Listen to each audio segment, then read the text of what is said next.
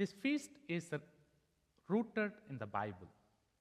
It's not something invented, because we have different passages that supports to reflect upon the intense sorrow of Mother Mary. And today's gospel is one, and we will see. Although this feast is rooted in the Bible, its origin, started especially in the 13th century.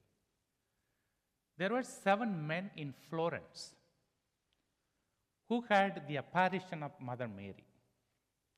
And later they were called to form a religious order called Servite. So Mother Mary told them to spread the devotion to Our Lady of Sorrow. Spread the message of sorrow. So the religious order was formed, and today it is a very popular order even in India. And one of the priests belonging to that order studied with me, and there are sisters too. So it's a men and women congregation. But again, this was not celebrated as a feast until 19th century.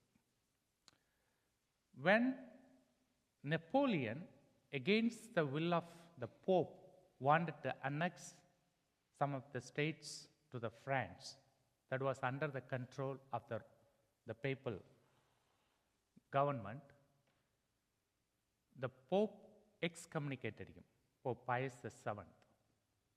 But Napoleon imprisoned him. But later, Napoleon was defeated, and people were praying. And then, as a gratitude to Mother of Sorrow, and give that message, the miraculous work of Mother of Sorrow, this feast was celebrated in the church in the 19th century. The focus of the feast is to spread the 7 sorrows of Mother Mary. The first, the prophecy of Simeon, where your own heart will be pierced by a sword. The second, flight into Egypt. It's not just to escape him from the human power, but it shows to fulfill the will of God. The third, losing Jesus in the temple. The fourth, meeting Jesus on the way to Calvary. And fifth, Jesus on the cross. And the sixth is Jesus is placed on the lap of Mother. That's how always you have the picture. And the seventh, the burial of Jesus. So these are the 7 sorrows that we reflect on this day. But when we reflect more, I will give you some understanding from the writings of St. Francis de Sales.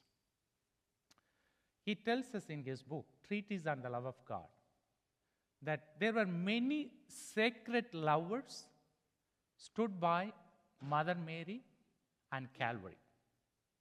And there were many people who accompanied him to the Passion because they loved him. So they were joining him, although they did not carry the cross, but they were joining him in his sorrows. The most who loved Jesus had the most sorrow. That's the natural. And he says, in that, Mother Mary was special because the sorrow of the Son was the sword that pierced her heart because she was glued, joined, united in a perfect union. That means you cannot separate Jesus from Mother Mary from Jesus. That's why he says, in a perfect union.